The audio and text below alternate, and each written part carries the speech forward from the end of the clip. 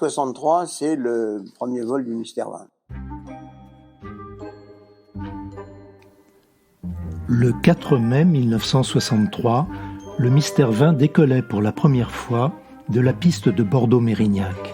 Avec Jean-François Georges, nous allons vous raconter l'histoire de cet avion mythique. Il y a 60 ans, le Mystère 20, un podcast de la collection Mémoire d'Aérobuzz, proposé et réalisé par Gérard Maui.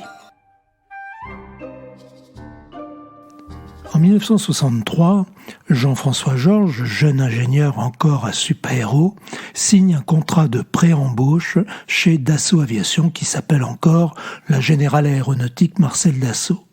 Il ne sait pas qu'il entame alors une carrière qui allait durer 40 ans, jusqu'à sa retraite en 2003, en tant que directeur général des avions civils de l'entreprise. Avoir eu dans le début des années 60 l'audace de dire on va faire un petit avion réaction pour les hommes d'affaires, un petit avion biréacteur qu'on va vendre aux Américains et puis dans le monde entier, il fallait quand même une espèce d'audace absolument incroyable parce que à l'époque Dassault, c'est un nom inconnu. Il est connu en France, pour dire aux États-Unis, Dassault, personne ne sait ce que c'est. Parce qu'il n'y a pas encore eu la guerre des 6 jours. Mais avant ça, le nom est inconnu. Donc l'audace de Marcel Dassault, la vision, je ne sais pas comment il faut appeler ça, le génie, la vision, appelle ça comme tu veux. C'est extraordinaire. Aujourd'hui, un dirigeant d'entreprise dirait, on va aller faire on se remet dans le contexte, on va faire ça. Il y aurait des gens qui feraient des études de marché, bon, voilà, impossible, suicidaire, impossible, etc. D'ailleurs, les financiers de l'époque n'ont pas trop encouragé. Comme c'était Marcel Dassault, ils n'osaient pas trop se mettre en travers. Au début des années 60, même s'il vient de réaliser de remarquables avions militaires comme les Ouragans, Mystère et autres Mirages, les avions civils tiennent une place importante dans l'esprit visionnaire de Marcel Dassault. C'est d'ailleurs par le biais des avions civils qu'il a renoué avec l'industrie aéronautique dans les années 30 en développant des avions civils qui ont marqué l'histoire de l'aviation. Absolument. Et ça aussi, c'est quelque chose que quand je parle de ces sujets, j'essaye de faire remarquer. Je veux dire, on a une image un peu militaire de Dassault, mais pas du tout avant-guerre. Sa vision, sa volonté. Il avait fait des avions, alors il s'appelle 120, 160, qui étaient des avions. Il y en a un, c'était en gros le DC-3 en aussi bien, ou le C-47, disons. Il y avait un quadrimoteur qui était exactement le concurrent éventuel du DC-4, pas du Constel en l'améliorant. Donc c'était d'abord un monsieur qui avait une vision de l'avion moyen de transport. On peut aller jusqu'à dire que les Falcon 20, ils ont un ancêtre. Et cet ancêtre, c'est le Flamand, appareil qui permit à Marcel Dassault de reprendre son activité aéronautique après la Seconde Guerre mondiale. Quelque part, oui, bien sûr. C'est pas, on est loin de la forme, etc., mais c'est quand même là aussi quelque chose qu'il imaginait un peu comme militaro-civil. C'était quand même aussi un avion de liaison d'état-major. Donc c'est vrai qu'il a un tropisme, on pourrait dire, très avion civil. Et c'est intéressant de se plonger sur, je crois, 120, 160 et 200, qui sont les avions, en fait, qui, s'ils avaient été soutenus, qui étaient probablement des avions aussi bons que leur équivalent américain, peut-être mieux. Il y a le savoir-faire et l'espèce de patte instinctive qu'a Marcel Dassault. Moi, je prétends qu'on peut employer le mot de génie dans le domaine de l'aéronautique parce que j'ai plusieurs fois dans ma carrière assisté à des décisions qu'il a prises sur la définition des avions qui étaient la bonne décision. C'était pas un résultat d'années de calcul, etc. C'était au pif, à l'instinct. Donc et donc cette espèce de patte extraordinaire pour dessiner des beaux avions qui en plus soient des avions intelligents au niveau de l'aérodynamique et donc de l'efficacité aéronautique. Après avoir développé pour le compte du ministère de l'Air 2 avions de liaison biturbopropulseurs, le Communauté et le Spiral, en 1961, Marcel Dassault décide donc de développer un avion de liaison biréacteur à haute performance, Le Mystère 100, qui deviendra finalement le Mystère 20, bénéficie de l'expérience acquise dans le domaine des avions militaires. Il s'inspire du chasseur Mystère 4 pour la définition de l'aérodynamique et des commandes de vol, et du prototype de l'avion de liaison Flamand pour la construction du fuselage. Alors que le prototype prend forme sous le crayon des ingénieurs, le service des exportations, dirigé par Serge Dassault, commence à prospecter le marché américain. Il faut aller convaincre notamment des éventuels clients, les Américains, de l'intérêt d'une machine aussi sophistiquée technologiquement et faite par ce petit constructeur que personne connaît. Et ça va être une des missions ou la mission confiée par son père à Serge Dassault, qui va aller donc faire un petit peu, on veut dire la promotion du projet d'abord, puis du produit après, mais d'abord du projet, et tâter un peu le marché pour voir. Et alors c'est vrai que ça sera un encouragement à poursuivre, parce que la réaction, elle va être extrêmement positive, parce que Serge arrive au fond avec des maquettes, qu'il met sur la table des réunions, mais avec des maquettes qui s'accompagnent de documents disant voilà le rayon d'action, la vitesse de croisière, les performances de décollage et d'atterrissage. Et ils en sont baba, les Américains, parce qu'il n'y a aucun avion à l'époque qui peut prétendre à ce niveau de performance.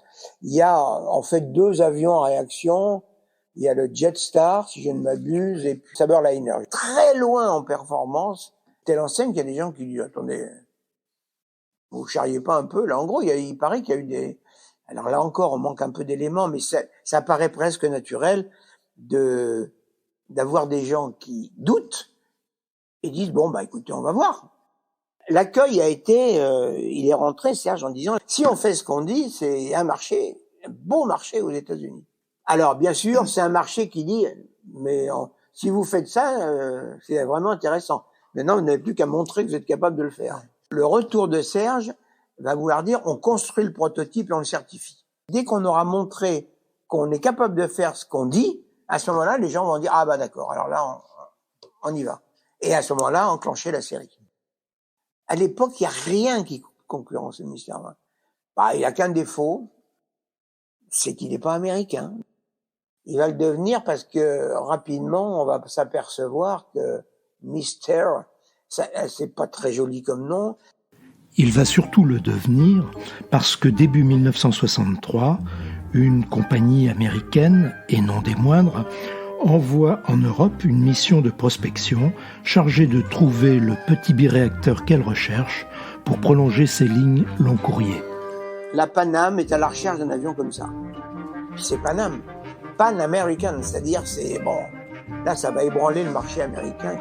Parmi les membres de la délégation de la Pan Am figure le célèbre aviateur américain Charles Lindbergh, vainqueur de l'Atlantique Nord, New York-Paris en 1927, et qui est maintenant conseiller du président de la Pan Am, Juan Trippe. L'histoire raconte que la délégation américaine visite les usines de Bordeaux-Mérignac quelques heures avant le premier vol du prototype du Mystère 20. Charles Lindbergh, séduit par l'appareil, télégraphie à son président « I found our bird », j'ai trouvé notre oiseau. Le président de la Pan Am fait grande confiance à M. Lindbergh et qui donc va enclencher les discussions commerciales. Pendant ce temps-là, l'avion va voler. Car nous sommes le 4 mai 1963, journée historique qui vit donc le premier vol du Mystère 20. Dans son histoire de l'aéronautique française, Jacques Nétinger, qui fut un grand spécialiste de l'information aéronautique et chef du service de presse du GIFAS pendant près de 30 ans, raconte. Après une photo réalisée devant le prototype, malgré la réticence habituelle de Lindbergh, la délégation Pan Am quitte Bordeaux avant que le Mystère 20 ne fasse son premier vol. C'est seulement quelques demi-heures plus tard que Jean Diller arrive dans le bureau de René Bigan, le visage un peu fatigué, mais fier de lui annoncer « Cette fois tout est OK, on peut y aller ». René Bigan rejoint Jean Diller dans la cabine. Les réacteurs Pratt & Whitney JT12 sont lancés. Les minutes semblent longues aux assistants, pendant que l'équipage égrène la litanie de la checklist avec application et attention. Finalement, le biréacteur, sagement, quitte son parking aux mains d'un équipage qui mesure le privilège de se voir confier un avion tout nouveau. Dans la cabine prévue pour 8 passagers, seules les consoles et enregistreurs d'essai ont été installés. Le vol dure 1 heure 5 minutes. C'est le prélude à des essais menés promptement, car il est prévu que l'appareil sera présenté au très prochain salon du Bourget. Personne, pourtant, ne prévoit l'étonnante carrière du Bird auquel Charles Lindbergh vient d'accorder sa confiance.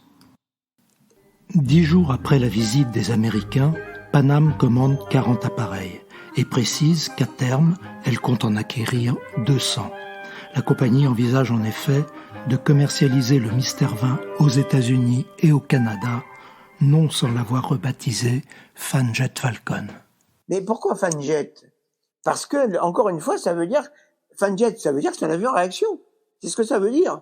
Et puis l'idée d'associer ces avions, petits avions, pour venir en bout de ligne, prendre les gens et les emmener dans le... c'est une belle idée commerciale aussi. Donc c'est une affaire qui est bien née, tout d'un coup, parce que... Mais pourquoi est-ce qu'elle est bien née ? Parce que l'avion est bon. Parce que c'est un très bon avion. Très, très bon avion. Mais comme, très rapidement, les essais, les évaluations vont confirmer, c'est pour ça que le marché va démarrer, s'ouvrir, parce qu'il n'y a rien en face, pas grand-chose, et qu'en plus, ce qu'avait raconté Dassault, ça a l'air vrai. C'est à peu près ça, les perfos, les rayons d'action, les vitesses de croisière surtout, et les qualités de vol, y compris à basse vitesse pour l'atterrissage. Parce que c'est vrai que c'est des avions faciles et sûrs. Et à l'époque, l'aviation réaction, bien sûr que ça commence à rentrer dans les mœurs. Mais je veux dire, un patron d'entreprise américaine qui volait sur des turbopropres ou des choses comme ça, qui bascule dans le monde de l'aviation réaction, forcément, il y a une petite appréhension. Et donc, le côté sécurisant de cet avion, ça c'est des choses qu'on ne dit pas assez à mon avis, c'est qu'on va gagner parce que cet avion est extrêmement sécurisant. Je parle des clients d'entreprise, les gens qui ont un long passé, pour certains, dans les bimoteurs à hélice. Le prototype a volé, la série est lancée, il reste maintenant à certifier l'appareil et il n'y a pas de temps à perdre car Dassault a promis une livraison à Pan Am avant l'été 1965. Alors c'est une chose qu'on apprend en fait, la certification d'un avion. Alors c'est suivant les règles anciennes des années 60, mais c'est quand même un travail difficile. Il y a beaucoup d'exigences de la part de la réglementation. Les Américains vont jouer le jeu, c'est-à-dire qu'ils sont pas, l'administration américaine ne fait aucun protectionnisme, c'est-à-dire ils sont même intéressés par ce petit avion qui a des performances, des qualités de vol qui les épatent. Dassault a même la chance de bénéficier de l'aide d'un ingénieur américain de chez Boeing, avec lequel il travaille dans le cadre d'accords informels sur le Mirage à décollage vertical, et cet ingénieur se trouve être un ancien responsable de la certification du Boeing 727. Il indique aux ingénieurs comment élaborer les documents de certification conformes à ce que souhaite la réglementation américaine, et cela permet de gagner un temps précieux. Et le 9 juin 1965, le Mystère 20 reçoit ses certifications françaises et américaines. Quelques semaines plus tard, la Pan Am reçoit, comme prévu, ses 5 premiers appareils. Commence par ailleurs la vraie vie du Mystère 20, qui fera l'objet de multiples versions, sans cesse améliorées. Très vite, il va y avoir des évolutions de l'avion. D'abord, on va se débarrasser très vite des moteurs Pratt, on va passer à General Electric. Le premier avion de pré-série, on va dire, il a déjà des General Electric. Alors les General Electric, ça va commencer à 2A, 2B, 2 CF702, puis avec des 2E, 2 bon. Et au fur et à mesure que les moteurs évoluent en poussée, bien il faut refaire toute la partie certification qui est impactée par la nouvelle poussée. Par exemple, les performances de décollage sur un moteur. Puisque, comme tu le sais, la certification, on n'imagine pas que les deux moteurs marchent. Il y a toujours un moteur en panne. On va être amené, et ça va être grosse partie de mon boulot, c'est-à-dire participer. Alors là, on est en 65, début 66, 67 même. Très vite, ça va. Oui, ça fait que 4 ans après le premier vol, hein, donc on est déjà en train de modifier les versions du moteur pour donner plus de poussée, plus d'autonomie, et chaque fois il faut recertifier. Donc pour le petit ingénieur d'essai que je suis, c'est tout bon ça, parce que c'est des vols et des vols de performance. Donc je me régale. Jean-François Georges se régalerait également à bord de l'Hirondelle dont il fut l'ingénieur d'essai en 1968 et 1969. L'Hirondelle, c'est aussi mais cette fois avec moins de succès, une espèce de vision qu'avait Marcel Dassault d'un besoin, à la fois pour les armées, pour les entreprises, etc., d'un petit avion de liaison. Il est très beau cet avion. Et il y a une finesse exceptionnelle, et d'ailleurs qui est améliorée encore par le fait que ces moteurs sont des petites turbines Astazou 14 ou Astazou 16, et que c'est donc des petits corps fuselés très fins. Cet avion est magnifique. Oui, magnifique. Il est très beau, très élégant, et j'ai eu le plaisir d'être l'ingénieur d'essai de cet avion. C'était de l'avion de Marcel Dassault. Après chaque vol, et à l'instant même où on rentrait dans le bureau pour débriefer avec le pilote le vol, le téléphone sonnait et on entendait la secrétaire qui disait « Monsieur Marcel Dassault veut vous parler ». Et comme il mettait la barre extrêmement haut, que nous faisions état, parce que c'était la vérité, je dirais de problèmes solubles de mise au point, on savait qu'on y arriverait. Il a trouvé que ça allait pas assez vite, et il a dit bon, on va arrêter, puis on va même pas le présenter au Bourget. Et alors là, je me rappelle Jean Courreau, qui était à l'époque pilote d'essai en charge de l'avion avec le prince Ringuet comme second pilote, s'est fendu d'une lettre à monsieur Marcel Dassault en lui disant écoutez, non, ne faites pas ça, c'est un bon avion, on va y arriver, c'est vraiment une belle machine. Et il y a une réponse absolument extraordinaire que je garde précieusement, parce que pour moi c'est un document qui raconte tout, Marcel Dassault, une réponse adressée à Jean Courreau avec une faute d'orthographe dans le nom de Courreau déjà, donc je me demande si elle n'est pas un peu voulue, et puis et qui commence par je vous remercie de votre lettre circulaire. Alors pourquoi est-ce qu'il dit ça? C'est parce que on faisait comme on avait fait à l'époque. Courreau avait écrit sa lettre, il avait mis en copie de Paul de Plante, Chassagne, le maire, Jean-François Georges, etc., en disant voilà ce que et il avait trouvé ça plutôt vexatoire, une lettre circulaire. Bon, je vous remercie. Mais ensuite, il dit des choses extraordinaires. Vous n'êtes pas sans savoir que cette société est créée par moi et par moi seul. Désormais, elle se termine à peu près par désormais. Il dit d'abord que il aurait voulu que cet avion obtienne la note 18 et elle n'a que 14. Et il termine en disant désormais, c'est moi et moi seul qui dessinerai les plans 3 vues de nos avions. Marcel Dassault consentira toutefois à présenter l'Hirondelle au Salon du Bourget 1969, mais le dernier prototype d'un avion à hélice conçu par Dassault n'aura pas de descendance. Mais revenons au Mystère 20 pour lequel les clients les plus variés demandent des modifications pour adapter cet avion à leurs besoins propres. Moi, je me rappelle vite parce qu'il nous a donné beaucoup de travail, et de travail vachement intéressant.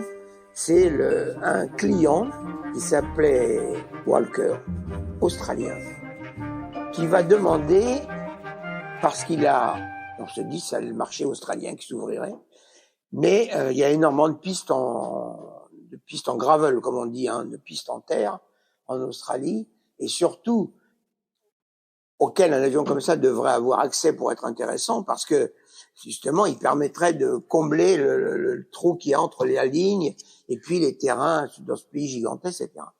On dit, oh là là, c'est formidable. Et alors, le Walker, il a des idées très précises. Il dit, de toute façon, vu les pistes que je vais utiliser, parce qu'il veut faire, en fait, une espèce de, qu'est-ce qu'on appellerait ça comment aujourd'hui? C'est un mélange entre Fédéral Express, La Poste, donc faire un petit peu du deuxième niveau sur le territoire australien. Et il dit la seule solution, c'est des pneus basse pression. Parce que c'est pas rien, les pneus basse pression, c'est des pneus plus gros. Ils tiennent pas dans les soutes. Donc on va faire très vite, alors étudier en quelques semaines, on va faire l'étude alors cette fois c'est une grosse modification avec des trains qui rentrent bien sûr sous la voilure, mais on referme pas les portes parce que ça tient pas. Tout ça, ça dépasse. Donc on modifie un petit peu l'aérodynamique de l'avion, les performances aussi donc. Et il va falloir certifier tout ça. Et on l'appelle le Mr. Walker, c'est le numéro 173. Et on va certifier ça, y compris les capacités de décollage sur des terrains sommaires. Et cet avion, au Bourget 69, va décoller sur l'herbe. Henri Suisse, pilote d'essai, et Jean-François Georges, ingénieur d'essai, sont aux commandes. On est tous les deux là-dedans et on a une peur horrible parce que cette piste, en fait, c'est plutôt c'est pas un champ, mais c'est pas loin. Et il y a notamment des espèces de petites ornières par endroits. Et la peur qu'on a, c'est que ça sollicite tellement violemment l'amortisseur avant, d'abord à des questions de résistance, et puis que ça peut créer des mouvements un peu comme ça de rebond de l'amortisseur. Donc, avec grande incidence, possibilité d'extinction. Donc, on décolle avec, moi j'ai les doigts sur les rallumages automatiques en vol. Enfin, c'est un décolle, bon. Et, mais ça se passe bien. Au-delà de sa vocation initiale d'avion d'affaires et de liaison, le Mystère 20 se révélera un avion multirôle d'une efficacité remarquable tant pour des missions civiles que militaires. Cela demandera des modifications adaptées, parfois très importantes, comme celle réalisée pour Federal Express.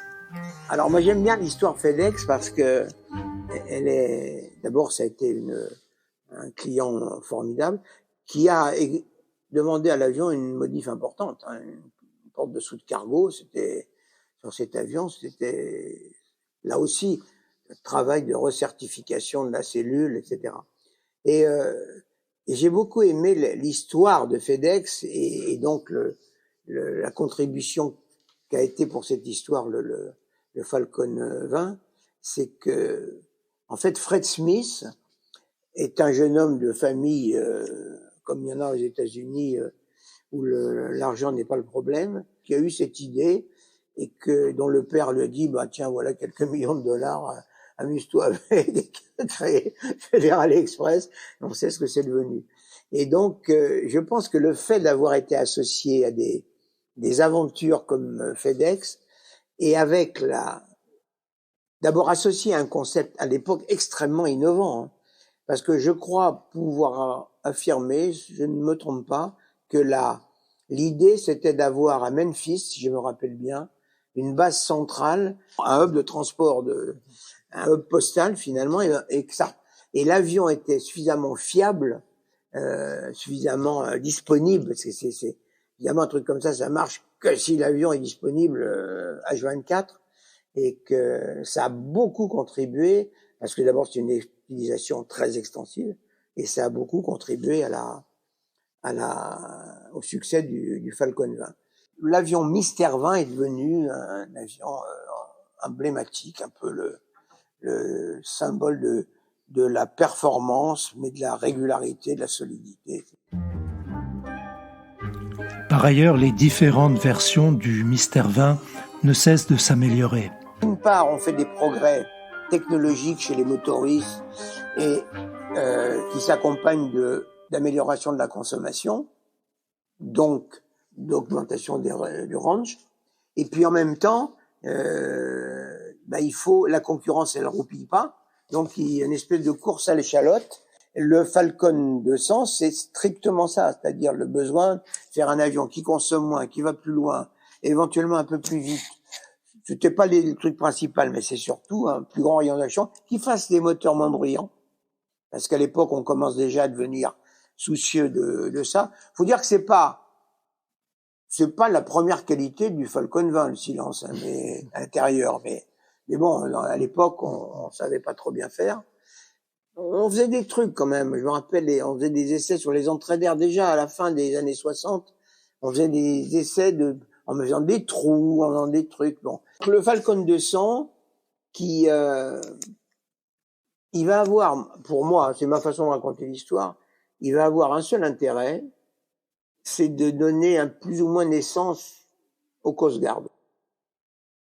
On va s'apercevoir qu'il y a un client possible qui s'appelle les Coast Guard. Le problème, c'est qu'il a besoin d'un moteur qui supporte le vol prolongé en ambiance salée et que on n'est pas capable de prouver ça autrement qu'avec le fameux ATF-3. Outre la remotorisation du Falcon 20 avec des ATF-3 de Garrett, les Coast Guard exigent que l'avion, rebaptisé HU-25 Guardian, soit fabriqué aux États-Unis. Pour cela, Dassault trouvera à racheter dans l'Arkansas, à Little Rock, une usine qui se trouve vacante. Usine qui deviendra une pièce maîtresse du dispositif industriel ultérieur des Falcons. Parce que jusqu'à ce moment-là, on a un siège américain à Teterboro, mais c'est du commercial. Bon, là, on va avoir un établissement industriel. L'intérêt étant aussi un intérêt financier, parce que ça fait que la part dollar de l'avion va augmenter, etc. Et donc, à la fin des fins, on va s'y retrouver l'investissement de rachat de cette usine, qui est dans un coin un peu paumé quand même, et qu'on va pas payer bien cher, et va permettre et c'est pas important parce que c'est des avions, donc je veux dire, on n'a pas besoin d'être agglutiné à New York ou à Chicago. Donc cette usine va être rapidement à la fois une source d'avantages financiers sur le package financier de ces avions, et puis en même temps, quelque part, une américanisation des Falcons. Aujourd'hui, c'est une usine magnifique, donc train qui a été beaucoup modernisé. C'est l'aventure Falcon 200 et Coast Guard. Le Falcon 20-5, c'est la dernière version. Pour moi, c'est un aboutissement, cet avion. C'est la version la plus aboutie du Falcon. C'est-à-dire en termes de rayon d'action, de performance de décollage, autrement dit, on a trouvé le moteur, les consommations, qui sans bouleverser l'avion, en gardant l'aérodynamique, etc. Bon, bien sûr, c'est pas un avion d'aujourd'hui, avec la taille de guêpe, les trucs ultra sophistiqués, point de vue aérodynamique et tout, mais c'est partant d'un Falcon, d'un Mystère 20, on va dire, de base, c'est ce qu'on peut faire de mieux. J'avais plaisir à dire que on a fini par une version qui avait de la gueule. Parmi les exemples de modifications diverses et variées du Mystère 20, figure celui de la version caractéristique variable. On avait un projet qui était, à l'origine, une demande de la DGA, d'un avion, d'un simulateur volant, en fait. Bon. Technologie qui a été utilisée par la simulation en vol, qui a été utilisée par les Américains, notamment pour entraîner les pilotes, les astronautes, avec des Gulfstream qu'ils appelaient les STA, Shuttle Trainer Aircraft, et qui est la simulation en vol. Et on a développé, sur crédit d'État donc, à partir du Mystère 20 401 d'ailleurs, mais on avait mis à notre disposition un avion à transformer avec la capacité de faire de la simulation en vol. Ça veut dire quoi? Ça veut dire que, en gros, je dis aujourd'hui, je vais aller simuler l'Airbus A320 parce que c'est plus facile de mettre un Falcon 20 en l'air avec des équipages d'essai qu'un A320, c'est moins cher, etc. Bon. Et alors, à gauche, il y a un pilote qu'on va appeler le pilote de sécurité qui, lui, a un Mystère 20 ordinaire entre les mains. Et puis, de temps en temps, clac, on passe en mode simulation et c'est le pilote de droite qui, lui, va piloter le modèle qu'on a rentré dans les calculateurs. À partir de ce moment-là, le Mystère 20 va réagir aux ordres du pilote et aux conditions extérieures, etc. Vitesse, altitude, incidence, exactement comme l'avion que tu simules.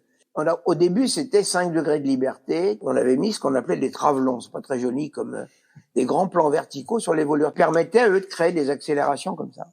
C'était un programme, on va dire, un peu exotique quand même. Et en plus, qui faisait développer des commandes de vol électriques, bien sûr, et numériques. parce que les calculateurs qui prenaient le modèle de l'avion simulé et fabriquaient les ordres pour le mystère 20, c'est des calculateurs.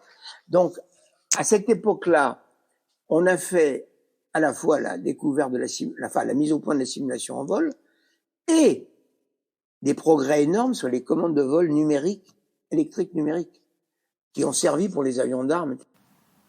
Ainsi, le Mystère 20, dont la conception doit beaucoup au savoir-faire militaire de son concepteur, contribue à son tour à l'amélioration de la technologie des avions d'armes. Grâce à son succès auprès d'acteurs prestigieux comme Pan Am, FedEx ou les US Coast Guard, et grâce à la confiance de centaines d'entreprises qui l'ont adopté pour les déplacements de leur personnel, le Mystère 20 a contribué à la renommée internationale des avions civils de Dassault Aviation, dont plus de 2100 exemplaires volent aujourd'hui dans le monde, 60 ans après le premier vol de leur ancêtre, le Mystère 20.